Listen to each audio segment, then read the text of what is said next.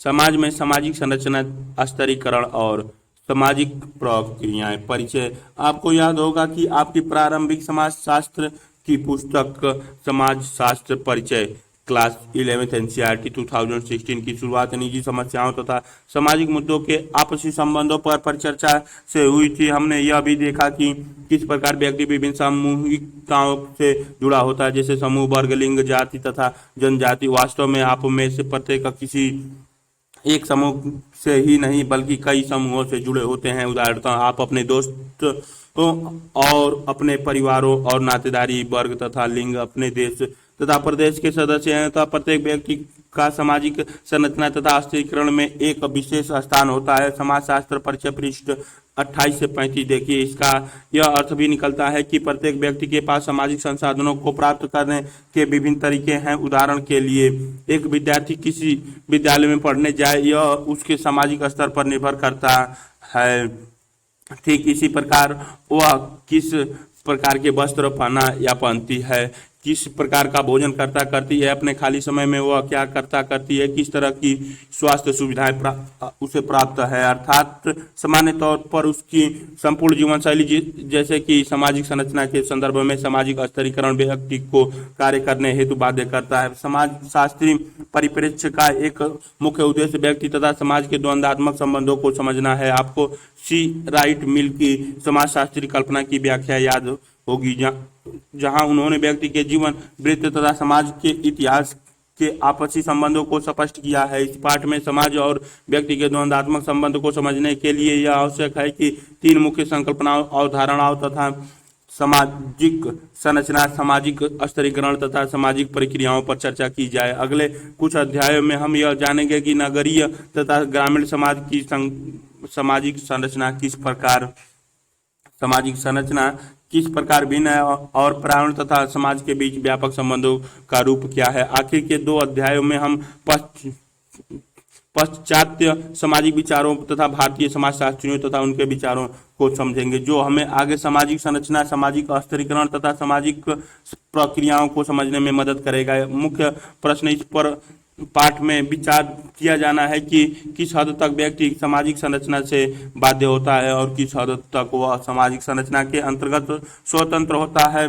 समाज में व्यक्ति की स्थिति अथवा सामाजिक स्तरीकरण की व्यवस्था में उसका स्थान उसकी व्यक्तिगत रुचियों को किस सीमा तक निर्धारित करती है। क्या सामाजिक संरचना तथा सामाजिक स्तरीकरण व्यक्ति की कार्य प्रणाली को प्रभावित करते हैं। किस प्रकार से व्यक्ति एक दूसरे से सहयोग, प्रतियोगिता तथा संघर्ष करते हैं तथा उसे वे क्या रूप देते हैं। इस अध्याय में हम संक्षिप्त में सामाजिक संरचना तथा सामाजिक स्तरीकरण पर चर्चा करेंगे। अपने सामाजिक स्तरीकरण पर विस्तार पूर्वक चर्चा पिछली पुस्तक समाजशास्त्र परिचय के अध्याय 2 में की है। अब हम आगे पढ़ते हुए तीन मुख्य सामाजिक प्रक्रियाओं तथा सहयोग, प्रतियोगिता तथा संघर्ष पर चर्चा करेंगे। इनमें से प्रत्येक प्रक्रिया को समझने के लिए हम यह समझने तथा देखने की कोशिश करेंगे कि सामाजिक संरचना तथा सामाजिक स्तरीकरण किस प्रकार सामाजिक प्रक्रियाओं पर अपना प्रभाव छोड़ते हैं। दूसरे शब्दों में किस प्रकार व्यक्तियों के मध्य तथा समूहों के मध्य सहयोग, प्रतियोगिता तथा संघर्ष होते हैं। यह सब कुछ सामाजिक संरचना तथा स्तरीकरण व्यवस्था में व्यक्तियों एवं समूहों की स्थिति पर निर्भर करता है। सामाजिक संरचना तथा सामाजिक स्तरीकरण। सामाजिक संरचना शब्द इस तथ्य को दर्शाता है कि समाज संरचनात्मक है, अर्थात अपने विशिष्ट रूप में वह क्रमवार तथा नियमित है। जिस सामाजिक वातावरण में हम रहते हैं वह मात्र कुछ क्रियाओं एवं प्रघटनाओं का अनियमित मिश्रण नहीं है। लोगों का आचरण किस प्रकार का होता है तथा एक दूसरे के प्रति उनके संबंध किस प्रकार के होते हैं, इस सब में एक प्रकार की अंतर्निहित नियमितता अथवा प्रतिमान पैटर्न होता है। सामाजिक संरचना की संकल्पना इन्हीं नियमितताओं को इंगित करती है। एक बिंदु तक समाज की संरचनात्मक विशेषताओं को एक इमारत की संरचना विशेषताओं के समकक्ष रखकर समझा जा सकता है। एक इमारत की दीवारें, जमीन तथा छत पर मिलकर उस इमारत को एक विशेष आकार देती हैं, पर यदि इसकी तुलना का प्रयोग ज्यादा सख्ती से किया जाए तो यह रूपक अपने आप में गलतफहमी पैदा करने वाला हो सकता है। सामाजिक संरचना मानवीय क्रियाओं तथा संबंधों से बनती है। जो पक्ष इन्हें नियमितता प्रदान करता है वह है अलग अलग काल अवधि में एवं भिन्न भिन्न स्थानों पर इन क्रियाओं एवं संबंधों का लगातार दोहराया जाना। अतः सामाजिक विश्लेषण की प्रक्रिया में सामाजिक पुनरुत्पादन ग्रामीण तथा नगरीय क्षेत्रों की विभिन्न प्रकार की इमारतें का दृश्य दिखाई गई है। ये ग्रामीण इलाके की दृश्य हैं, ये शहरी इलाके का दृश्य दिखाया गया है तथा सामाजिक संरचना एक दूसरे से जुड़े हुए हैं। उदाहरण के लिए एक विद्यालय तथा एक परिवार की संरचना को लेते हैं। विद्यालय में कुछ विशिष्ट प्रकार के क्रियाकलाप वर्षों से दोहराए जाते हैं और आगे चलकर संस्थाएं बनते हैं। जैसे विद्यालय में दाखिले के लिए तरीके, आचरण संबंधी नियम, वार्षिक उत्सव, प्रातःकालीन सभा और कहीं कहीं विद्यालय गीत। ठीक इसी प्रकार से परिवार में आचरण के कुछ मानक स्तर जैसे विवाह के तौर तरीके, संबंधों के अर्थ, उम्मीदें तथा उत्तरदायित्व होते हैं। परिवार में वृद्धि, सदस्यों की मृत्यु तथा विद्यालय से पुराने विद्यार्थियों का चले जाना एवं इनके स्थान पर नए सदस्यों का प्रवेश होता रहता है और यह संस्था चलती रहती है। पर यह भी हम जानते हैं कि परिवार तथा विद्यालय के अंदर परिवर्तन होते रहते हैं। उपरोक्त परिचर्या तथा क्रियाकलाप हमें यह समझने में मदद करता है कि मानव द्वारा निर्मित समाज उस इमारत की तरह होता है जिसकी प्रत्येक क्षण उन्हीं ईंटों से पुनर्रचना होती है जिनसे उसे बनाया गया है। जैसा कि हमने स्वयं देखा है कि मनुष्य विद्यालय तथा परिवार में संरचना की पुनर्रचना हेतु परिवर्तन करते हुए समूचे परिवर्तन को प्रस्तुत करता है। वे प्रतिदिन विभिन्न स्तरों पर पुनर्रचना के लिए ये सहयोग करते हैं। यह भी कम सच नहीं है कि उनमें एक दूसरे के साथ दूषित तथा क्रूर प्रतियोगिता भी होती है। सच्चाई यह है कि सहयोगात्मक व्यवहार के साथ ही साथ हम गंभीर प्राकृतिक के संघर्षों को भी देखते हैं और जैसे कि हम आगे देखेंगे कि सहयोग को जबरदस्ती लागू भी किया जाता है ताकि संघर्ष को छिपाया जा सके। एमिल दुर्खाइम द्वारा आगे पढ़ाए जाने वाला एक मुख्य विषय यह और उनके बाद में कई अन्य समाजशास्त्रियों द्वारा भी कार्य किया गया है कि समाज अपने सदस्यों की क्रियाओं पर सामाजिक प्रतिबंध लगाते हैं। दुर्खाइम ने तर्क, क्रियाकलाप, एक अपने बड़े बुजुर्गों, दादा, नाना अथवा उनकी पीढ़ियों के अन्य लोगों से बातचीत कर यह पता कीजिए कि परिवारों, विद्यालय में किस प्रकार का परिवर्तन आया है इन तथा किन किन पक्षों में वे आज भी वैसे ही हैं। पुराने चलचित्रों, धारावाहिकों, उपन्यासों से परिवारों के प्रस्तुतिकरण की तुलना समकालीन प्रस्तुति से कीजिए। क्या आप अपने परिवार में सामाजिक आचरण के प्रतिमानों, पैटर्न और नियमितताओं को समझते हैं? दूसरे शब्दों में, क्या आप अपने परिवार की संरचना का वर्णन कर सकते हैं? विद्यालय को एक संरचना के रूप में आपके शिक्षक कैसे लेते हैं, इस पर उनके विचार विमर्श कीजिए। क्या छात्रों, शिक्षकों तथा कर्मचारियों को इस संरचना को बनाए रखने के लिए कुछ विशेष रूप में काम करना पड़ता है? क्या आप अपने विद्यालय अथवा परिवार में किस प्रकार के परिवर्तन के बारे में सोच सकते हैं? क्या इन परिवर्तनों का विरोध हुआ है? किसने इनका विरोध किया है और क्यों? दिया कि व्यक्ति पर समाज का प्रभुत्व होता है। समाज व्यक्ति को कुल क्रियाओं से कहीं अधिक है। इसमें दृढ़ता अथवा कठोरता है जो भौतिक पर्यावरण की संरचना के समान है। सोचिए कि एक व्यक्ति ऐसे कमरे में खड़ा है जहां बहुत सारे दरवाजे हैं। कमरे की संरचना व्यक्ति की संभावित क्रियाओं को बाध्य करती है। उदाहरण के तौर पर दीवारें तथा दरवाजों की स्थिति प्रवेश तथा निकास के रास्तों को दर्शाती है। दुर्खाइम के अनुसार सामाजिक संरचना हमारी क्रियाओं को समानांतर रूप से बाध्य करती है। इसकी सीमा तय करती है कि हम एक व्यक्ति के रूप में क्या कर सकते हैं। यह हम में से बाह्य है, ठीक उसी प्रकार से जैसे कमरे की दीवारें होती हैं। अन्य सामाजिक चिंतक जैसे कार्ल मार्क्स भी सामाजिक संरचना की बाध्यता पर बल देते हैं, लेकिन साथ ही मनुष्य की सृजनात्मक को महत्वपूर्ण मानते हैं, जो सामाजिक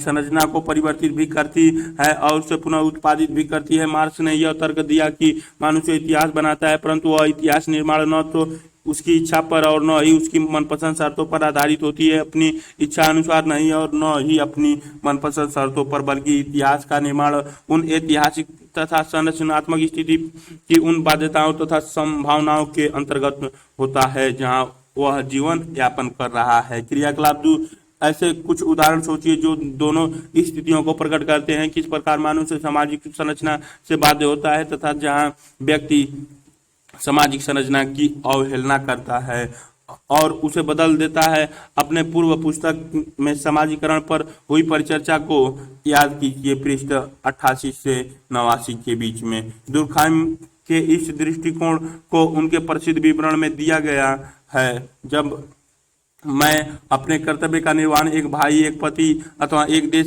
के नागरिक के रूप में करता हूं तथा दिए गए अपने वचन को पूर्ण करता हूं, मैं अपने दायित्वों को पूरा करता हूं जिन्हें कानून तथा प्रताप में परिभाषित किया गया है तथा जो मुझे से तथा मेरी क्रियाओं से परे या बाह्य है।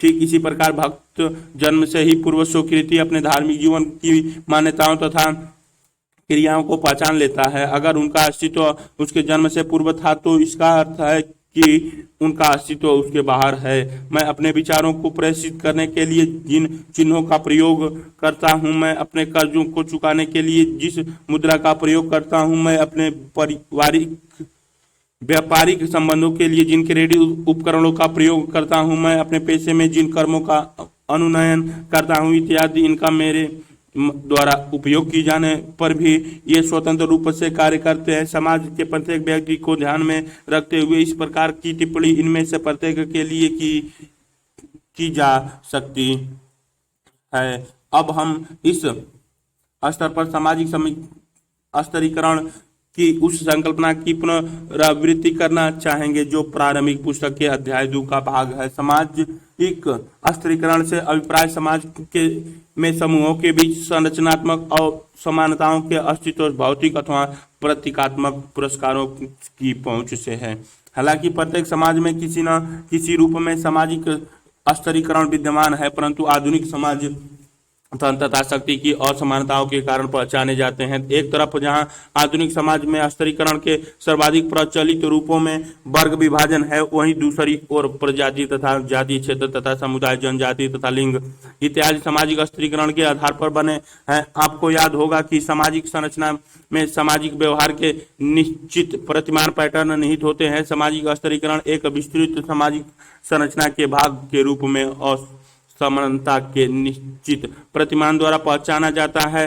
असमानता कोई ऐसा अवयव नहीं है जो समाज में विभिन्न व्यक्तियों के बीच आकस्मिक रूप से वितरित हो। यह तो व्यवस्था रूप में विभिन्न प्रकार के सामाजिक समूहों की सदस्यता से जुड़ी हुई है। एक समूह के सदस्यों की विशेषताएं समान होती हैं और यदि वे उच्च स्थितियों में है तो उनका प्रत्येक प्रयत्न होगा कि उनकी विशेषाधिकृत स्थिति उनके बच्चों को मिल जाए। स्तरीकरण की संकल्पनाएं तब उस विचार को संदर्भित करती हैं जहां समाज का विभाजन एक निश्चित प्रतिमान के रूप में समूहों में होता है तथा यह संरचना पीढ़ी दर पीढ़ी चलती रहती है। जयराम 1927-22 असमान रूप से बांटे गए लाभों के अंतर को समझना भी आवश्यक है। लाभ के 3 बुनियादी प्रकार हैं जिसका विशेषाधिकार प्राप्त समूहों द्वारा उपयोग किया जाता है। जीवन अवसर वे भौतिक लाभ जो प्राप्तकर्ता के जीवन की गुणवत्ता को सुधारते हैं। उनमें केवल संपत्ति तथा आय जैसे आर्थिक लाभों को ही शामिल नहीं किया जाता बल्कि अन्य सुविधाओं जैसे स्वास्थ्य, रोजगार, सुरक्षा तथा मनोरंजन को भी शामिल किया जाता है। वह सामाजिक परिस्थिति, मान सम्मान तथा समाज के अन्य व्यक्तियों की नजर में उच्च स्थान, राजनीतिक प्रभाव, एक समूह द्वारा दूसरे समूह अथवा समूहों पर प्रभुत्व जमाना अथवा निर्णय निर्धारित में प्रमाणाधिक्य प्रभाव अथवा निर्णयों से अधिक लाभ उठाना। आगे होने वाली चर्चा में हम उपरोक्त 3 सामाजिक प्रक्रियाओं की तरफ आपका ध्यान आकर्षित करेंगे और बताएंगे कि किस प्रकार सामाजिक स्तरीकरण के विभिन्न आधार जैसे लिंग अथवा वर्ग सामाजिक प्रक्रियाओं को बाधित करते हैं। व्यक्ति तथा वर्गों को मिलने वाले अवसर तथा संसाधन जो प्रतियोगिता, सहयोग अथवा संघर्ष के रूप में सामने आते हैं, इन्हें सामाजिक संरचना तथा सामाजिक स्तरीकरण के द्वारा आकार दिया जाता है। साथ ही मनुष्य पूर्व स्थिति संरचना तथा स्तरीकरण में परिवर्तन लाने का प्रयास करता है। समाज शास्त्र में सामाजिक प्रक्रियाओं को समझने के 2 तरीके। अपनी प्रारंभिक पुस्तक में आपने सामान्य ज्ञान की सीमाओं को समझा है। समस्या यह नहीं है कि सामान्य ज्ञान आवश्यक रूप से गलत ही हो, परंतु यह इसका परीक्षण नहीं हुआ है तथा इसे हल्के रूप में लिया जाता है। इसके विपरीत सामाजिक परिप्रेक्ष्य में प्रत्येक मुद्दे पर सवाल किए जाते हैं और किसी भी मुद्दे को ऐसे ही नहीं मान लिया जाता है। अतः यह केवल ऐसी व्याख्या से संतुष्ट होकर शांत नहीं होगा जिससे पता चलता है कि मनुष्यों में प्रतियोगिता अथवा सहायता या संघर्ष जैसे ही मामला हो, क्योंकि ऐसा करना मनुष्य का स्वभाव होता है। इस प्रकार की मान्यता के पीछे यह व्याख्या है कि आंतरिक तथा सार्वभौमिक रूप से यह मनुष्य की प्राकृतिक है कि इस प्रकार की प्रक्रियाओं का लेखा जोखा रखा जाए। हालांकि जैसे हमने पहले देखा है, समाजशास्त्र मनोवैज्ञानिक अथवा प्राकृतिकवादी व्याख्याओं से संतुष्ट नहीं होता है। देखें पृष्ठ 8-9 पहली पुस्तक। समाजशास्त्र सहयोग, प्रतिस्पर्धा तथा संघर्ष की प्रक्रियाओं की व्याख्या समाज की वास्तविक संरचना के अंतर्गत करना चाहता है। क्रियाकलाप 3 अपने प्रतिदिन के जीवन में सहयोग, प्रतियोगिता तथा संघर्ष के उदाहरण ढूंढिए। अपने पिछले पुस्तक में चर्चा की थी कि समाज में किस प्रकार विभेद तथा बहुलता की समझ व्याप्त है। पृष्ठ 27, 28, 41 विभिन्न संस्थाएं की समझ, चाहे वह परिवार हो, अर्थव्यवस्था अथवा सामाजिक स्तरीकरण या सामाजिक नियंत्रण हो। हमने देखा कि इस प्रकार कार्यवादी तथा संघर्ष के परिप्रेक्ष्य के अनुसार संस्थाओं को समझने में भिन्नता है। अतः कोई आश्चर्य नहीं कि ये दोनों संदर्भ इन प्रक्रियाओं को थोड़ा हट कर समझाना चाहते हों, परंतु दोनों कार्ल मार्क्स के सामान्य संघर्ष के परिप्रेक्ष्य से जुड़े हुए हैं तथा एमिल दुर्खाइम सामान्यतः वादी संदर्भों में पहचाने जाते हैं। यह मानकर चलते हैं कि मनुष्य को अपनी बुनियादी आवश्यकताओं को पूरा करने के लिए सहयोग करना होता है तथा अपनी दुनिया के लिए उत्पादन और पुनः उत्पादन करना पड़ता है। संघर्ष के परिप्रेक्ष्य में इस बात पर बल दिया गया है कि किस प्रकार सहयोग के प्रकारों ने एक ऐतिहासिक समाज को दूसरे ऐतिहासिक समाज में परिवर्तित कर दिया है। उदाहरणतः यह देखा जा सकता है कि सामान्यतः सरल समाजों में जहां अतिरिक्त उत्पादन नहीं होता है तथा वहां व्यक्तियों तथा समूहों में आपसी सहयोग था और वे वर्ग, जाति अथवा प्रजाति में नहीं बटे थे, परंतु जिस समाज में अतिरिक्त उत्पादन होता था, चाहे वे जमींदार हों अथवा पूंजीपति, प्रभावशाली वर्ग का अस्तित्व अतिरिक्त उत्पादन पर अधिकार होता था तथा सहयोग भी संभावित संघर्ष तथा प्रतियोगिता से जुड़ा होता था। संघर्ष का दृष्टिकोण इस बात पर बल देता है कि समूह तथा व्यक्तियों का स्थान उत्पादन प्रणाली के संबंधों में भिन्न तथा असमान होता है। अतः कारखानों के मालिक तथा मजदूर प्रतिदिन चित्र में प्रदर्शित विभिन्न प्रकार की प्रक्रियाएं दिखाई गई हैं। सेब, आरबीआई, स्टॉप प्राइस, एएयू और स्टॉप प्रोविजन ऑफ मोजर पोर्ट, विनिवेश या विनाश दृश्य दिखाई गई हैं। बहुत सारे अलग अलग प्रक्रियाओं के कार्यों में सहयोग करते हैं, परंतु यह कुछ हद तक उनके हितों में संघर्ष, उनके संबंधों को परिभाषित करते हैं। हालांकि संघर्ष के परिप्रेक्ष्य संबंधित समझ यह बताती है कि जहां समाज जाति, वर्ग अथवा पितृसत्ता के आधार पर बांटा होता है, वहीं कुछ समूह सुविधा वंचित हैं तथा एक दूसरे के प्रति भेदभाव मूलक स्थिति बरतते हैं। इससे भी आगे प्रभावशाली समूहों में यह स्थिति सांस्कृतिक मानदंडों, ज्यादातर जबरदस्ती अथवा हिंसा द्वारा भी उत्पन्न की जाती है। जैसा कि आप आगे आने वाले अनुच्छेदों में देखेंगे कि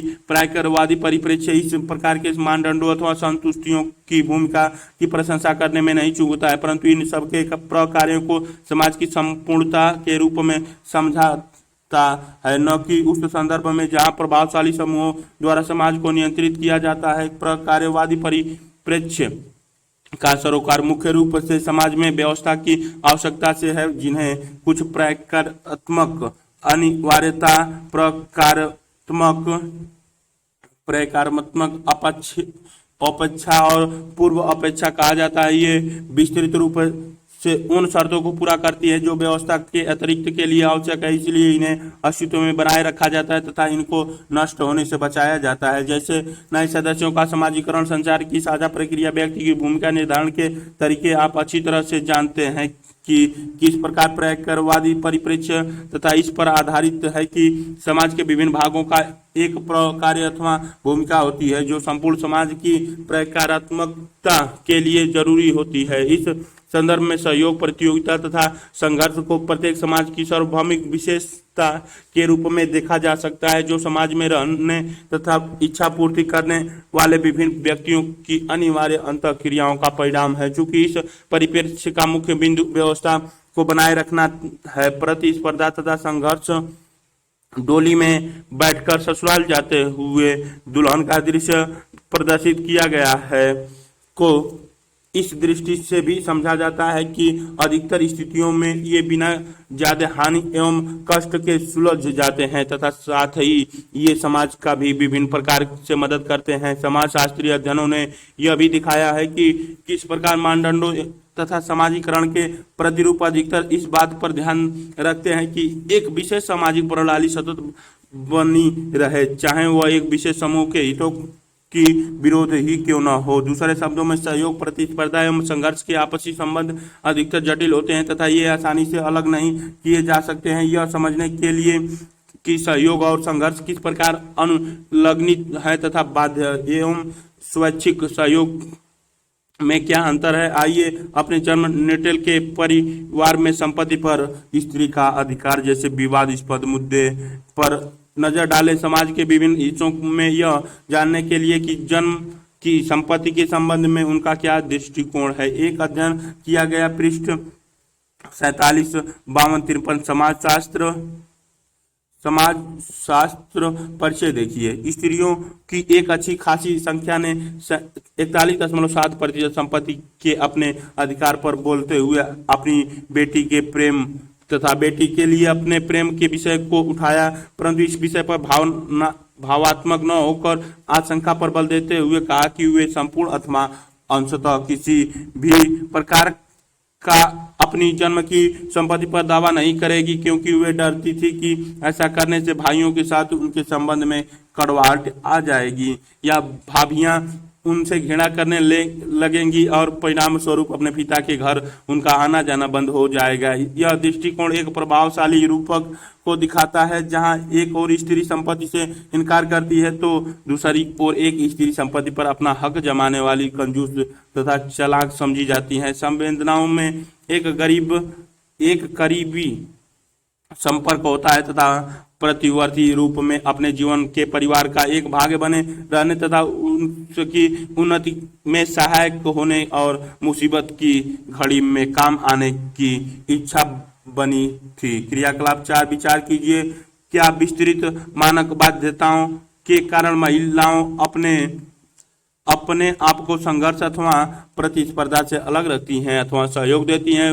क्या वे पुरुषों के उत्तराधिकार के मानदंडों से सहयोग इसलिए करती हैं कि यदि वे ऐसा नहीं करेंगे तो भाइयों के प्रेम से वंचित हो जाएंगी? अगले पृष्ठ पर बॉक्स में दिया गया गीत एक विशेष प्रांत का है, परंतु आज भी पितृवंशीय परिवार में एक औरत के जन्म के परिवार के परित्याग के सामान्य भय की भावना को दिखाता है। बबुल मोरा नहर छूट ही जाए, पिता का घर मेरे लिए छूट गया है। जन्म के गृह के परित्याग का भय बाबुल की दुआएं लेती जाए। जा तुझको सुखी संसार मिले, मैके की कभी न याद आए, ससुराल में इतना प्यार मिले। बासु 2011, 128। क्रियाकलाप 2 आपको समझने में मदद करेगा कि सहयोगात्मक व्यवहार को समाज के गहरे संघर्षों की उपज के रूप में भी देखा जा सकता है, परंतु जब इन संघर्षों का खुलकर अभिव्यक्त नहीं होती है अथवा इन्हें खुली चुनौती नहीं दी जाती तो यह छवि बनती है कि कहीं अधिक कोई संघर्ष नहीं, केवल सहयोग ही विद्यमान है। उपरोक्त परिस्थितियों को समझने के लिए प्रक्रियावादी व्यवस्थापन शब्द का प्रयोग करते हैं, जहां महिला अपने पितृ परिवार में संपत्ति के अपने अधिकार पर किसी प्रकार का दावा करना पसंद नहीं करेगी। संघर्षों के रहते हुए भी समझौता एवं सह-अस्तित्व की कोशिश के रूप में इसे देखा जा सकता है। क्रियाकलाप 5 कुछ अन्य सामाजिक व्यवहारों के बारे में सोचिए जो सहयोगात्मक दिखाई ही देते हो परंतु समाज के गहरे संघर्षों को अपने अंदर छिपाए हो। सहयोगात्मक तथा श्रम विभाजन सहयोग का विचार मानव व्यवहार की कुछ मान्यताओं पर आधारित है। यह तर्क दिया जाता तर्क दिया जाता है कि मनुष्यों के सहयोग के बिना मानव जाति का अस्तित्व कठिन हो जाएगा। आगे यह तर्क दिया जाता है कि यहाँ तक कि जानवरों की दुनिया में भी हम सहयोग के प्रमाण देख सकते हैं, चाहे वे चींटियां हों, मधुमक्खियां हों अथवा स्तनपायी पशु, परंतु पशुओं की दुनिया से तुलना सावधानी पूर्वक की जानी चाहिए। हम समाजशास्त्र को दो भिन्न सैद्धांतिक परंपराओं का प्रयोग इस बिंदु के विश्लेषण के लिए करेंगे, जिनका एमिल दुर्खाइम तथा कार्ल मार्क्स के प्रतिनिधित्व किया। अधिकतर समय समाजशास्त्र में इस मान्यता को सहमति नहीं मिली कि मनुष्य का स्वभाव घिनौने तथा क्रूर होता है। एमिल दुर्खाइम ने इस दृष्टिकोण की आदिम मानव जाति की एकमात्र उत्तेजना यही थी कि उनकी भूख तथा प्यास की हमेशा पूरी संतुष्टि हो। के विपक्ष में इस प्रकार के तर्क दिए ऐसे विचारों ने नैतिक जीवन की आवश्यकता अवयवों को नजरअंदाज किया हुए संयमित प्रभाव का प्रयोग जो समाज अपने सदस्यों पर करता है, जो उनके अस्तित्व तथा चुनाव के संघर्ष का पार्श्विक क्रिया को संयमित तथा शून्य कर देता है। जहाँ कहीं भी समाज है वहां पर पथराव पर पार्थवाद है, क्योंकि वहाँ एकता है। अतः हम पार्थवाद को मानुष्यता के प्रारंभ से ही देखते हैं और यहाँ तक कि असमयित रूप से भी। दुर्खाइम 1933। दुर्खाइम के लिए एकता समाज का नैतिक बल है तथा यह सहयोग और इसी तरह समाज के प्रकारों को समझने के लिए बुनियादी अवयव है। श्रम विभाजन की भूमिका, जिसमें सहयोग निहित है, यथार्थ रूप से समाज की आवश्यकताओं की पूर्ति करता है। श्रम विभाजन एक ही समय में जहां प्राकृतिक का नियम है, वहीं दूसरी ओर मानुष्य व्यवहार का नैतिक नियम भी है। दुर्खाइम ने यांत्रिक तथा समायोगी एकता में अंतर स्पष्ट किया, जो क्रमशः पूर्व औद्योगिक तथा जटिल औद्योगिक समाजों की विशेषता थी। यांत्रिक एकता संहिता का एक रूप है जो बुनियादी रूप से एक रूपता पर आधारित है। इस समाज के अधिकांश सदस्य एक जैसे जीवन व्यतीत करते हैं। कम से कम विशिष्टता अथवा श्रम विभाजन को हमेशा आयु तथा लिंग से जोड़ा जाता है। यह समाज की मुख्य विशेषता है। इस समाज के सदस्य परस्पर अपनी मान्यताओं तथा संवेदनाओं और अंतर विवेक तथा चेतना से जुड़े होते हैं।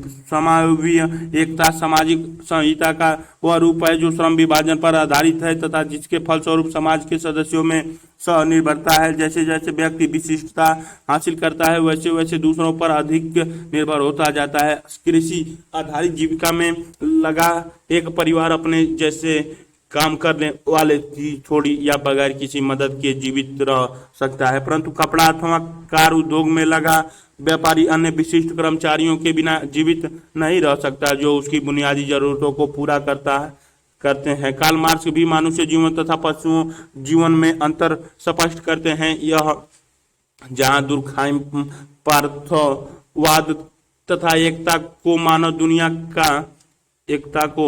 मानव दुनिया का विशिष्ट लक्षण मानते हैं, वहीं कार्ल मार्क्स चेतना पर बदलते हैं। वे लिखते हैं, मनुष्य तथा पशुओं में अंतर चेतना धर्म तथा किसी अन्य वस्तु के आधार पर किया जा सकता है, जैसे कि वे अपनी आजीविका के साधन उत्पादन करने लगते हैं। वे स्वयं को पशुओं से भिन्न समझना प्रारंभ कर देते हैं। यह प्रयास उनके भौतिक संगठन द्वारा निश्चित होता है। आजीविका के साधनों के उत्पादन से मनुष्य परोक्ष रूप से अपने भौतिक जीवन को प्रजनित करता है। Karl Marx 1972-37। मार्क्स का उपयुक्त कथन कठिन लग सकता है, परंतु सहयोग मनुष्य जीवन को पशु जीवन से किस प्रकार अलग करता है को समझने में मदद करेगा। मनुष्य केवल सहयोग के लिए समायोजन तथा सामंजस्य ही नहीं करते, बल्कि इस प्रक्रिया में समाज को बदलते भी हैं। उदाहरण के लिए सदियों से पुरुषों तथा महिलाओं ने प्राकृतिक बाध्यताओं में अपने आप को समायोजित किया है। विभिन्न तकनीकी आविष्कारों ने मनुष्य के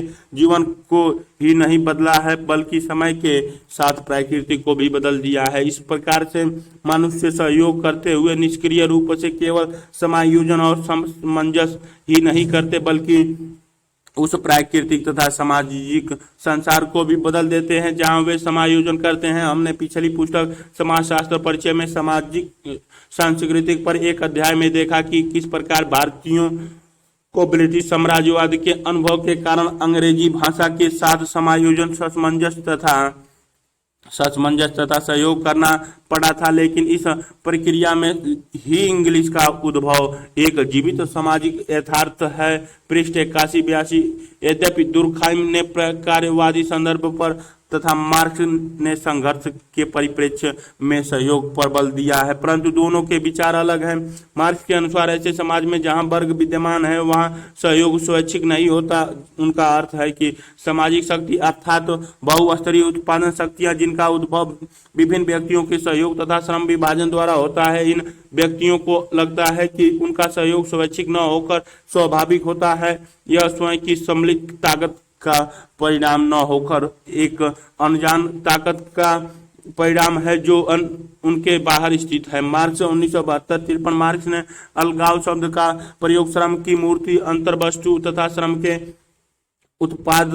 उत्पाद पर मजदूरों के नियंत्रण में कमी के संदर्भ में किया है। दूसरे शब्दों में मजदूर अपने कार्य को किस प्रकार व्यवस्थित करें इस पर उनका नियंत्रण नहीं होता है और इसी प्रकार वे अपने श्रम के उत्पादन पर से भी अपना नियंत्रण खो देते हैं। हम यहाँ दो विपरीत उदाहरणों की चर्चा कर सकते हैं। संतुष्टि तथा सृजनात्मकता का भाव जो एक बुनकर या कुम्हार या लुहार को अपने काम से मिलता है तथा दूसरी ओर एक फैक्ट्री में काम करने वाले मजदूर जिसका एकमात्र कार्य पूरे दिन में लीवर खींचना या बटन दबाना होता है। इन हालतों में सहयोग आरोपित होता है। प्रतिस्पर्धा अवधारणा एवं व्यवहार के रूप। जैसा कि सहयोग के विषय में हुए, प्रतियोगिता की संकल्पना इस विचार के साथ आगे बढ़ती है कि प्रतिस्पर्धा विश्वव्यापी तथा स्वाभाविक है। हम यह जान चुके हैं कि किस प्रकार समाजशास्त्र की व्याख्या प्राकृतिकवादी व्याख्या से भिन्न है। अतः यहाँ यह आवश्यक है कि एक सामाजिक तत्व के रूप में प्रतिस्पर्धा को समझा जाए जिसका समाज में उद्भव हुआ है तथा एक ही निश्चित ऐतिहासिक समय में यह प्रभावी रही है। समकालीन समय में यह सर्व प्रमुख विचार है तथा अधिकतर यह समझना मुश्किल होता है कि कहीं ऐसा समाज हो सकता है जहां प्रतिस्पर्धा एक मार्गदर्शक ताकत न हो। यह दंत कथा एक स्कूल अध्यापक जो अपने अनुभव को अपने बच्चों के साथ अफ्रीका के एक पिछड़े स्थान से बता रहा है, हमारा ध्यान उस तथ्य की ओर आकर्षित करता है जहां प्रतिस्पर्धा को स्वयं समाजशास्त्री यह रूप में न कि स्वाभाविक वृत्ति के रूप में समझना था। यह दंतकथा अध्यापक की इस मान्यता पर आधारित है कि बच्चे दौड़ने की प्रतिस्पर्धा के विचार से प्रसन्न होंगे जहां विजेता को एक चॉकलेट इनाम के रूप में दिया जाएगा। आश्चर्य उनके इस सुझाव ने बच्चों में किस प्रकार के उत्साह का संचरण नहीं किया बल्कि दूसरी तरफ दुश्चिंता और दुख को बढ़ा दिया। जांच पड़ताल करने पर आगे बताया कि उनकी ऐसे खोलों में अरुचि है जहां विजेता तथा पराजित होंगे।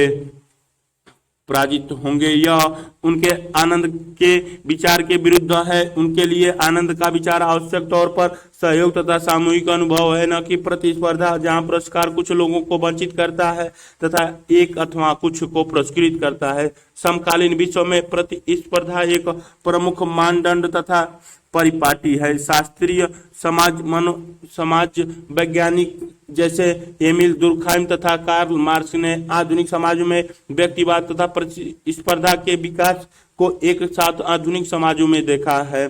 आधुनिक पूंजीवादी समाज जिस प्रकार कार्य करते हैं वहां दोनों का एक साथ विकास सहज है।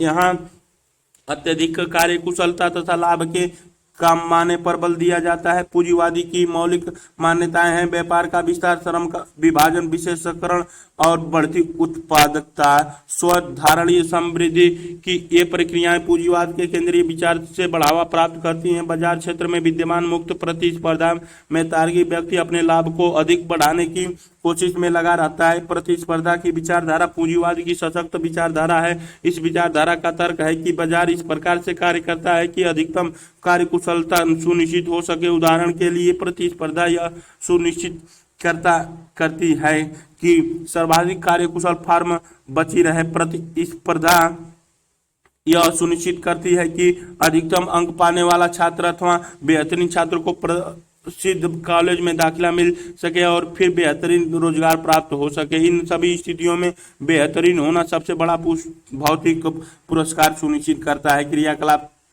27% आरक्षण अन्य पिछड़े वर्ग को देना देने के सरकार के निर्णय पर भारत में रोजगार वाद विवाद हुए। अखबारों, पत्रिकाओं तथा टीवी पर इस विषय के पक्ष तथा विपक्ष में दिए गए विभिन्न तर्कों को एकत्रित कीजिए। विद्यालय में ड्रॉप आउट की दर, विशेषकर प्राइमरी विद्यालयों में, पर जानकारी हासिल कीजिए। पिछली पुस्तक की पृष्ठ संख्या 65 से 67 देखिए। अधिकतर निम्न जाति के विद्यार्थी स्कूल में ड्रॉप आउट होते हैं तथा शिक्षा के उच्च स्थानों में अधिकतर उच्च जाति का वह है। इस संदर्भ में सहयोग, प्रतिस्पर्धा तथा संघर्ष की संकल्पना पर चर्चा करें। ऐसे विचार की मनुष्य स्वाभाविक रूप से प्रतिस्पर्धा करना चाहते हैं को अन्य प्राकृतिकवादी व्याख्याओं की भांति आलोचनात्मक दृष्टि से समझा जाना चाहिए।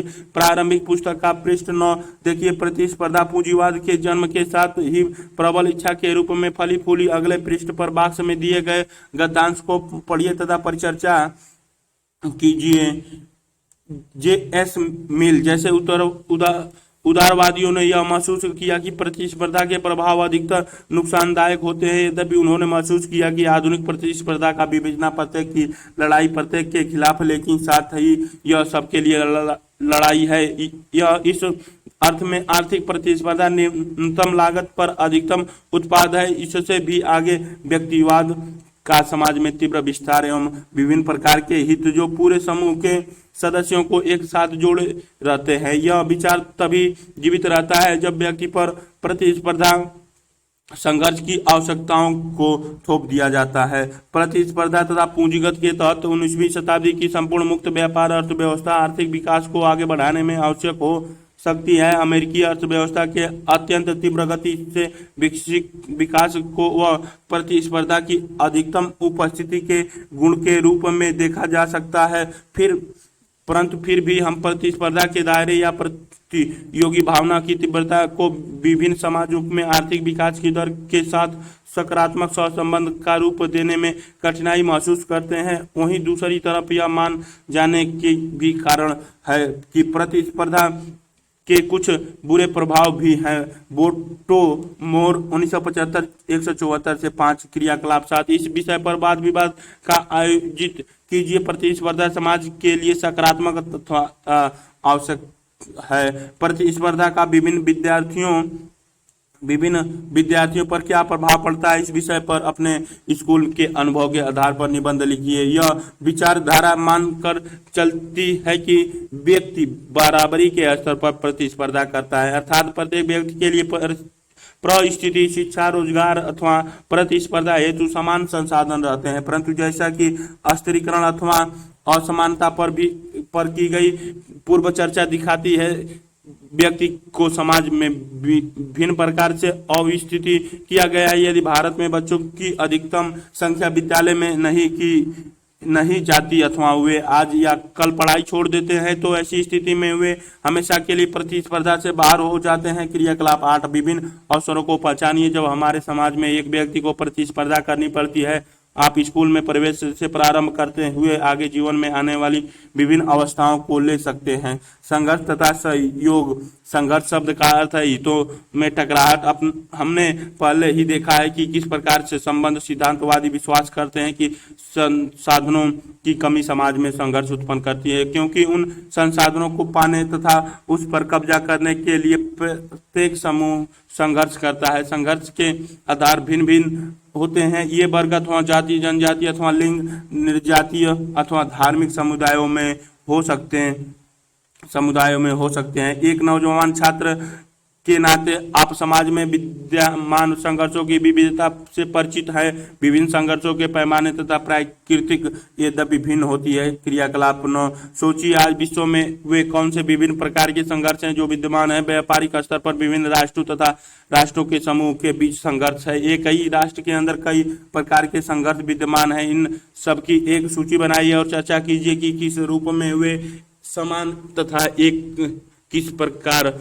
किस रूप में वे भिन्न है। अधिकतर सामान्य ज्ञान की सोच के अनुसार समाज में संघर्षों की स्थिति नहीं है। समाज शास्त्रियों ने इस तथ्य की और ध्यान आकर्षित किया है कि सामाजिक विकास की विभिन्न अवस्थाओं में संघर्ष की प्राकृतिक तथा रूप सदैव परिवर्तित होते रहे, परंतु संघर्ष किसी भी समाज का एक महत्वपूर्ण हिस्सा सदैव से रहा है। सामाजिक परिवर्तन तथा लोकतांत्रिक अधिकारों पर सुविधा वंचित तथा भेदभाव का सामना कर रहे समूहों द्वारा हक जताना संघर्षों को और उभारता है। लेकिन इसका यह अर्थ नहीं है कि संघर्ष पहले विद्यमान नहीं थे। बॉक्स में दिए गए उदाहरण इस पर बल देते हैं।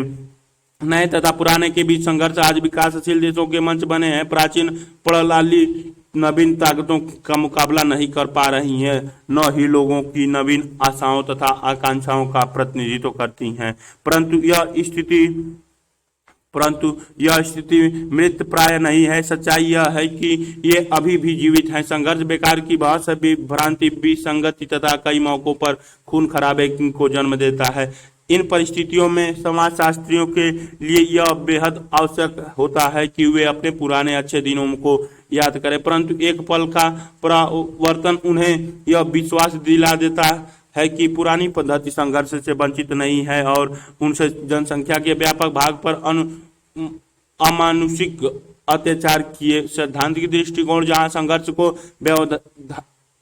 व्यवधिकीय माना जाता है अथवा जहां विज्ञापन के नाम पर एक विशेष मूल्य के रूप में संतुलन का निवेश किया जाता है, परंतु यह स्थिति विकासशील समाजों के अध्ययन में रुकावट सिद्ध होती है। स्रोत Srinivas MN 1972 social change in modern India, पृष्ठ 159 से 160, ओरिएंटेड लैंगमैन, नई दिल्ली। यहाँ यह समझना आवश्यक है कि संघर्ष भी संगति अथवा प्रत्यक्ष झड़प के रूप में दिखाई देते हैं, जहां ये खुल कर प्रकट किए जाते हैं। उदाहरण के तौर पर भूमि संसाधनों पर गहरे संघर्षों की प्रत्यक्ष प्रतिक्रिया का परिणाम है। कृषक आंदोलन की अनुपस्थिति का अर्थ संघर्ष की अनुपस्थिति नहीं है। अतः इस अध्याय में संघर्ष, अनिवार्य सहयोग तथा प्रतिरोध के संबंधों पर बल दिया गया है। आइए कुछ संघर्षों पर जो समाज में विद्यमान है तथा प्रतिस्पर्धा, सहयोग और संघर्ष के आपसी संबंधों पर भी विचार करें। हम यहाँ केवल दो उदाहरणों को लेंगे। प्रथम परिवार तथा घर और दूसरा भूमि आधारित संघर्ष। पारिवारिक तौर पर परिवार तथा घर सामंजस्यपूर्ण इकाई के रूप में देखे जाते हैं, जहां सहयोग प्रमुख प्रक्रिया थी तथा पाराथवाद मनुष्य के आचरण के प्रेरणात्मक सिद्धांत थे। पिछले 3 दशकों में महिलावादी विश्लेषकों द्वारा इस मान्यता पर प्रश्न उठाए जा रहे हैं। अमर्त्य सेन जैसे विद्वानों ने भी बलात् सहयोग की संभावना को माना है। सिर्फ विभिन्न दलों को ही सहयोग से फायदा नहीं है, उनके व्यक्तिगत क्रियाकलापों को भी प्रत्यक्ष सहयोग के रूप में लेना होगा। छोटे मोटे संघर्ष के विद्यमान होने पर भी यद्यपि सामाजिक तकनीकी के चुनाव में हितों का संजीदा संघर्ष हो सकता है। सब पारिवारिक संगठनों की प्रकृति के लिए यह आवश्यक है कि इन संघर्षों को आपसी सहयोग द्वारा निपटाया जाए, साथ ही संघर्ष को विचलित व्यवहार के रूप में देखा जाए। चूंकि संघर्ष को प्रत्यक्ष रूप से संप्रेषित नहीं किया जाता है, तो यह देखा गया कि मध्य वर्ग तथा अधीनस्थ वर्ग, चाहे घर में महिलाएं हो या कृषक समाज में किसान, संघर्षों में समायोजन तथा सहयोग पाने के लिए व्यक्ति एवं समूह विभिन्न प्रकार की रणनीति बनाते हैं। अनेक समाजशास्त्रीय अध्ययन अप्रत्यक्ष संघर्ष तथा प्रत्यक्ष सहयोग को दिखाते हैं जो सामान्य है। नीचे दिया गया उदाहरण घर में महिलाओं के व्यवहार तथा अंत क्रिया पर किए गए कई अध्ययनों से लिया गया है। भौतिक दबाव तथा प्रेरणा का सहयोग तथा उनसे बढ़कर वितरण प्रक्रिया में प्रत्यक्ष संघर्ष के बहुत कम साक्ष्य हैं। इसके बदले निर्णय लेने आवश्यकताएं तथा प्राथमिकताएं, आयु, लिंग तथा जीवन चक्र सोपानिक है।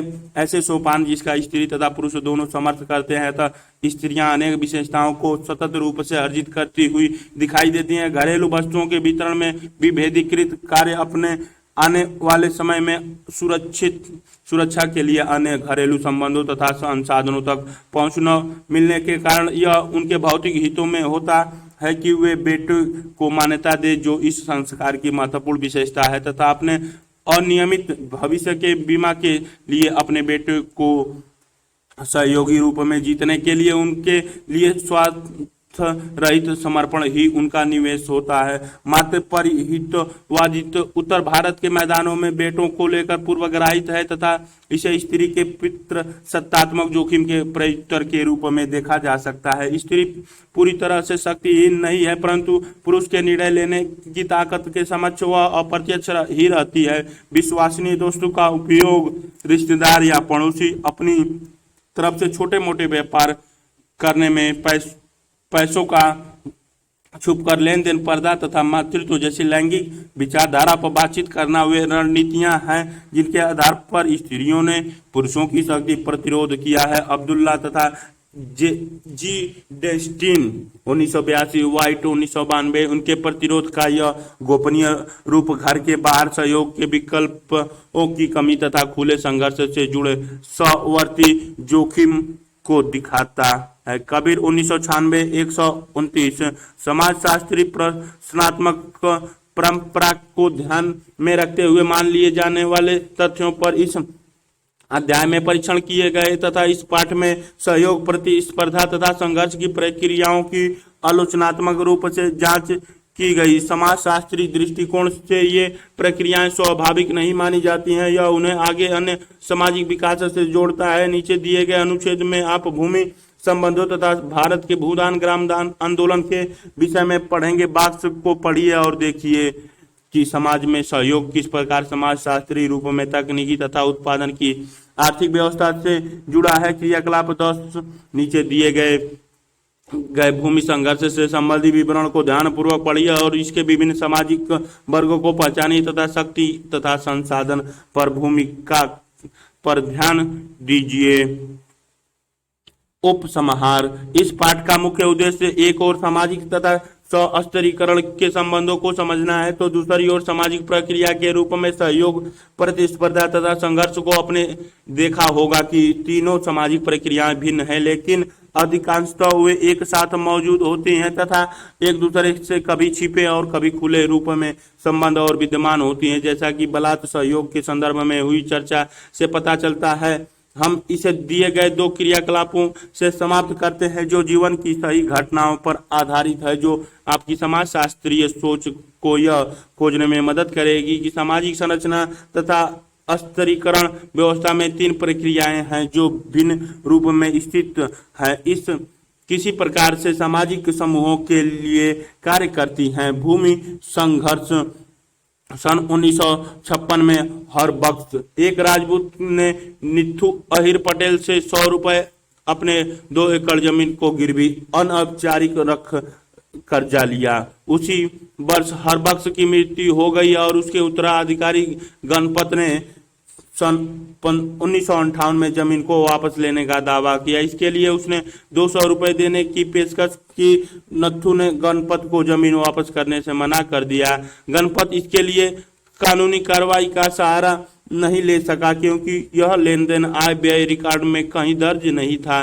इन परिस्थितियों के अधीन गणपत ने हिंसा का सहारा ले सन 1959 ग्राम दान के एक वर्ष पश्चात में जबरन भूमि का अधिकार कर लिया। गणपत चूंकि स्वयं एक पुलिस कांस्टेबल था अतः इस मामले में उसने अफसरों पर काफी प्रभाव डाला। जब पटेल फुलेरा गया पुलिस थाना हेडक्वार्टर तो उसे पुलिस स्टेशन ले गया और जबरन उसे इस बात पर राजी किया गया कि वह जमीन गणपत को वापस लौटा देगा। इसके पश्चात ग्रामवासियों की एक सभा बुलाई गई, तब पटेल को पैसा दिया गया और गणपत को अपनी जमीन वापस मिली। स्रोत अमेंडमेंट के 1972 charisma stability and change an analysis of the Bhoodan Gramdan movement in India, page 88, Thomson press, New Delhi. तकनीकी के विस्तार ने भी सहयोग की आवश्यकता को कम किया। उदाहरण के लिए चरस चलाने के लिए कुओं से खिंचाई करने वाली एक घरेलू विद्या, जो 2 जोड़ी बैल तथा 4 व्यक्तियों की आवश्यकता होती है। इस साधारण किसान 4 बैलों का खर्च नहीं उठा सकता अथवा एक औसत घर में शायद जरूरत जितने आदमी न हो। ऐसी स्थिति में वे बैल तथा आदिम दूसरे घरों, रिश्तेदार, पड़ोसी, दोस्त आदि से मंगवाते हैं, वैसे ही सेवाओं को देने के बदले में। परंतु यदि चरस को रहट पार्सियन व्हील से बदल दिया जाए तो रहट जिस पर भारी पूंजी निवेश की आवश्यकता पड़ती है, तब मात्र एक जोड़ी बैल तथा एक व्यक्ति की आवश्यकता इसे चलाने में पड़ती है। सिंचाई के संदर्भ में सहयोग की आवश्यकता को भारी पूंजी निवेश तथा सक्षम तकनीकी के कारण कम कर दिया। अतः किसी प्रणाली में तकनीकी स्तर व्यक्तियों तथा समूहों के बीच सहयोग की आवश्यकता को निर्धारित करता है। ओममेन 1972 88 स्रोत Oommen T K 1972 charisma stability and change and analysis of Bhoodan Gramdan movement in India page 88 Thomson press New Delhi. क्रियाकलाप नीचे दी गई रिपोर्ट को ध्यानपूर्वक पढ़िए तथा सामाजिक संरचना स्तरीकरण तथा सामाजिक प्रक्रिया के आपसी संबंधों पर परिचर्चा करिए। किस प्रकार संतोष तथा पुष्पा सामाजिक संरचना तथा स्तरीकरण के कारण संबंध बाध्य हैं, इस पर विवेचना कीजिए। क्या यह संभव है कि उनके जीवन में 3 सामाजिक प्रक्रिया यथा सहयोग, प्रतिस्पर्धा तथा संघर्ष को पहचाना जा सके? क्या इन विवादों को सहयोग की प्रक्रिया के रूप में देखा जा सकता है? क्या इन विवादों की ऐसी क्रिया के रूप में देखा जा सकता है जिसे व्यक्ति समझ बूझकर अपनाता है ताकि वह प्रतियोगी रोजगार बाजार में जीवित रह सके? क्योंकि विवाहित जोड़ों को यहाँ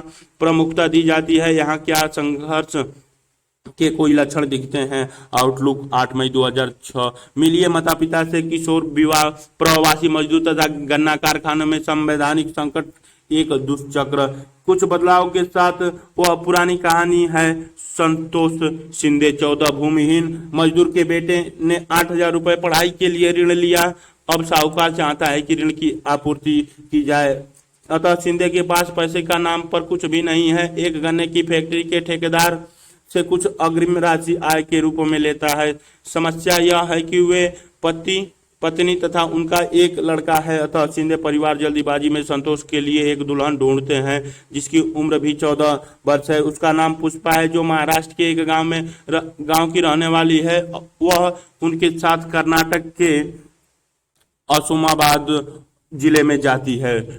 वे रास्ते में एक साधारण से विवाह के लिए मंदिर में रुकते हैं। इसके लिए एक नाम भी है, गेटकिन। शायद इस शब्द का उद्भव कैंप में रहने वाले प्रवासी मजदूर से हुआ हो जो फैक्ट्री के बाहर गन्ने की कटाई के मौसम में रहा करते थे। ठेकेदार अगले लड़के के बजाय विवाहित दंपति को काम देना पसंद करते हैं क्योंकि वे लड़कों के मुकाबले फैक्ट्री में ज्यादा महीनों तक रुककर काम करते हैं। पश्चिमी महाराष्ट्र की गन्ने की फैक्ट्री, जहां एक समय में भारत के 1/3 चीनी का उत्पादन होता था, आपदा की स्थिति में प्रवासी मजदूरों के लिए रोजगार के अवसर खत्म हो गए। अनुमानतः फैक्ट्री में 1900 करोड़ रुपए से अधिक का नुकसान उठाया और इस वर्ष 177 चीनी मिलों में से 120 मिलों को जब मजबूरन केंद्र की 1650 करोड़ रुपए वित्तीय पैकेज की सहायता लेनी पड़ी। लेकिन 6 महीने की लंबी अवधि में खेतों में गन्नों की कटाई करने वाले प्रवासी मजदूरों की स्थिति और भी बदतर हो गई। उनके रोजगार पाने के अवसर और कम हो गए और वेतन भी बंद से बदतर हो गई। संतोष, एक नौजवान जिसकी उम्र 16 वर्ष हो गई है, ने अभी 10वीं कक्षा की पढ़ाई खत्म की है और उसकी पत्नी पुष्पा ने 12वीं कक्षा की परीक्षा दी है।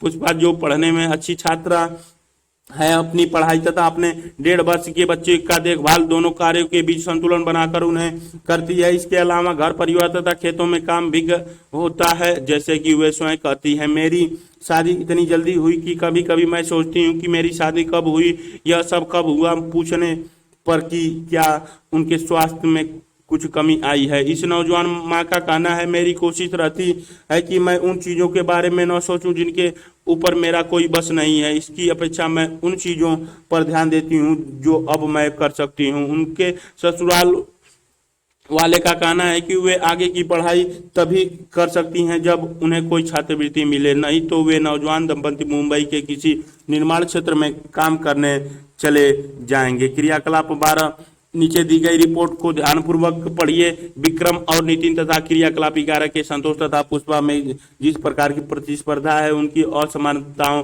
को दर्शाता है। जिस प्रकार 8% दर से भारतीय अर्थव्यवस्था पुराने सभी रिकॉर्ड तोड़ती हुई तीव्र गति से आगे बढ़ रही है, दिन प्रतिदिन व्यापार के क्षेत्र में हजारों नौकरियां रोज जन्म लेती हैं, जिसका असर लोगों के बदलते हुए कामों के प्रति दृष्टि कोड तथा कार्य प्रणाली में देखा जा सकता है। ये नया कामकाजी वर्ग तुरंत अपने किए गए कार्यों के लिए इनाम चाहता है। उन्नति जल्दी से जल्दी मिलनी चाहिए और पैसा अच्छी तनख्वाह, अतिरिक्त भत्ता तथा ऊंची वृद्धि मुख्य उत्तेजक के रूप में कार्य करते हैं। विक्रम समांत 27 वर्ष जिन्होंने अभी अभी बीपीओ में कार्यभार संभाला है, अपनी पिछली नौकरी को छोड़ देने का मुख्य कारण बेहतरीन तनख्वाह को मानते हैं। पैसे जरूरी हैं, परंतु मेरे नए मालिकों को यह अच्छी तरह से पता है कि मैं हर उस 1 रुपए के काबिल हूं जो मुझे वे देते हैं, ऐसा उनका मानना है। इन नए कामोन्नमत जो चीज आगे बढ़ाती है वह है कारपोरेट जगत की सीढ़ी पर छलांग मारते हुए आगे बढ़ना, न कि एक सीढ़ी पर तोड़ते हुए अपने कदम को आगे बढ़ाना। जी हाँ, मैं अगला पद जल्दी से जल्दी पाना चाहता हूँ, न कि अपने बुढ़ापे तक इसका इंतजार करना। ऐसा करना है नितिन का, जो अपनी अगली बड़ी छलांग के लिए बिल्कुल इंतजार करना नहीं चाहते थे और इसके लिए उन्होंने आईसीआईसीआई को छोड़ एक तरक्की ले अपने आप को स्टैंडर्ड चार्टर्ड से जोड़ा तथा इसके बाद ऑप्टिमिक्स से क्षेत्रीय मैनेजर की हैसियत से जुड़ गए। स्रोतविक मई 7, 2006 ने एक विशेषांक निकाला जिसका शीर्षक था द कामोन्नमता, उनके लक्ष्य, दौलत, खतरा, सेहत। शब्दावली पर हितवाद सिद्धांत, बिना किसी लाभ के दूसरों के हित के लिए काम करना। अलगाव, मार्क्स ने इस अवधारणा का प्रयोग मजदूरों को अपने श्रम तथा श्रम उत्पाद पर किसी प्रकार के अधिकार न होने के संदर्भ में किया। इससे मजदूर की कार्य के प्रति रुचि समाप्त होने लगती है। प्रतिमानहीनता, दुर्खाइम के लिए सामाजिक स्थितियां जहां व्यवहार में पथ प्रदर्शित करने वाले मानदंड नष्ट हो जाते हैं, व्यक्ति बिना सामाजिक बाध्यता अथवा पथ प्रदर्शन के राह जाता है। एक नियमहीनता की स्थिति, पूंजीवादी यह आर्थिक प्रणाली जहां उत्पादन के साधन पर निजी अधिकार होता है तथा जिसका प्रयोग बाजार व्यवस्था में लाभ कमाना है, जहां श्रम मजदूर द्वारा किया जाता है। श्रम विभाजन कार्य का विशिष्टीकरण, जिसके माध्यम से विभिन्न रोजगार उत्पादन प्रणाली से जुड़े होते हैं। प्रत्येक समाज में किसी न किसी रूप में श्रम विभाजन होता है, विशेषकर पुरुषों को दिए गए कार्य तथा महिलाओं द्वारा किए गए कार्य। औद्योगिकरण के विकास के साथ श्रम विभाजन और जटिल हो गया है। अन्य किसी भी प्रकार के उत्पादन की तुलना में आधुनिक विश्व में श्रम विभाजन का क्षेत्र अंतर्राष्ट्रीय हो गया है। प्रभुत्वशाली विचारधारा, विचार तथा मान्यताएं जो प्रभुत्वशाली समूह के हितों की रक्षा करते हैं, ऐसे विचारधारा प्रत्येक समाज में पाई जाती है जहाँ विभिन्न वर्गों में असमानताएं हो। विचारधारा की संकल्पना शक्ति से जुड़ी है, चूंकि वैचारिक प्रणाली भिन्न शक्तियों को वैध बनाती है जो विभिन्न समूहों में सन्निहित होते हैं। व्यक्तिवाद वह सिद्धांत तथा अथवा चिंतन जो समूह के स्थान पर व्यक्तियों की स्वायत्तता को महत्व देता है। मुक्त व्यापार उदारवाद वह राजनीतिक अथवा आर्थिक नजरिया जो इस सिद्धांत पर आधारित है कि सरकार द्वारा अर्थव्यवस्था में हस्तक्षेपीय नीति अपनाई जाए तथा बाजार एवं संपत्ति मालिकों को पूरी छूट दे दी जाए। यांत्रिक एकता, दुर्खाइम के अनुसार परंपरागत संस्कृति में सरल तथा श्रम विभाजन इसकी विशेषता है।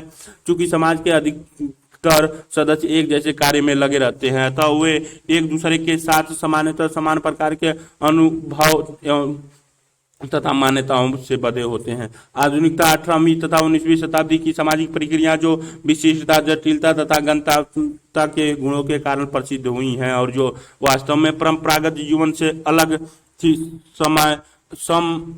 समव्ययवीय एकता, दुर्खाइम के अनुसार एकता के अंतर्गत समाजी व्यक्तियों की आर्थिक निर्भरता तथा दूसरों के कार्य की मात्रा से बधा होता है। चूंकि यहाँ श्रम विभाजन अत्यंत जटिल होता है अतः लोग एक दूसरे पर अधिक से अधिक आश्रित होते हैं, क्योंकि प्रत्येक व्यक्ति को वह उत्पाद चाहिए जिसका उत्पाद दूसरे व्यक्ति करते हैं। आर्थिक बदलाव तथा अंतर निर्भरता के संबंध इस प्रकार की स्थिति में सामाजिक एकमता बनाने में मदद करते हैं। सामाजिक बाध्यता, हम जिस समूह अथवा समाज के भाग होते हैं वे हमारे व्यवहार पर प्रभाव छोड़ते हैं। दुर्खाइम के अनुसार सामाजिक बाध्यता सामाजिक तथ्य का एक विशिष्ट लक्षण है। संरचना, मुख्य रूप से किसी संगठन की बनावट तथा प्रतिमान पैटर्न को इंगित करना है जो जो कुछ हद तक मानव व्यवहार को निर्देशित या बाध्य करता है।